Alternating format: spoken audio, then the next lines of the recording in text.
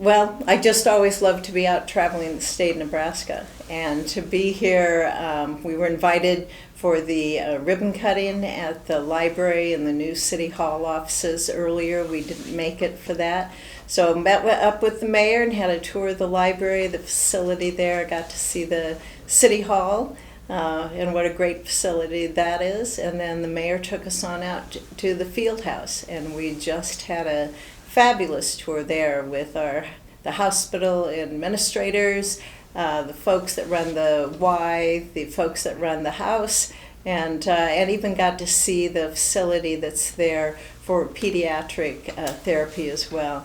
So what an awesome facility for the people here in Columbus. What we're looking at in the Senate before the end of the year is to be able, first of all, pass the National Defense Authorization Act, and that is the one big bill. We come together on it. It comes out of Armed Services Committee, where I'm second in seniority on that committee, to be able to take care of our men and women in the military and to provide them with the resources that they need so they can accomplish their missions. It has a 4.5% salary increase for our all-volunteer force. That's important that we take care of them. It has a number of projects for OFIT and for STRATCOM, looking at modernization of our nuclear weapons and also the platforms. That directly impacts western Nebraska. The Kimball area is the first ICBM field that the Air Force will be looking at modernizing into the Sentinel program, it's called. The Minuteman III will be retired, and new ICBMs, the Sentinel, will be deployed there. That'll be the first field that they're deployed in.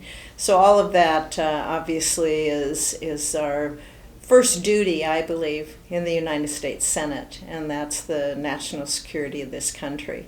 So that has to be done, and we need to fund government. We need to make tough decisions and decide how and how much, what programs we're going to be funding at the federal level. So that's something we've been working on the Appropriations Committee to get that done. Gotcha. And then the Farm Bill, Yeah. of course, everyone in Nebraska really is focused on the Farm Bill. It's the economic engine of the state of Nebraska, our agriculture is. So we're looking at a one-year extension for the Farm Bill. And that'll give us time then to get our Democrat framework and the Republican framework together. What I'm focused on is to be able to make sure we have a strong crop insurance, to make sure we strengthen our safety nets for producers.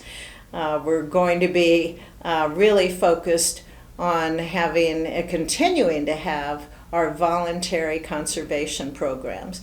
We also want to focus on research. That's important for not just ag producers, it's important for our university as well.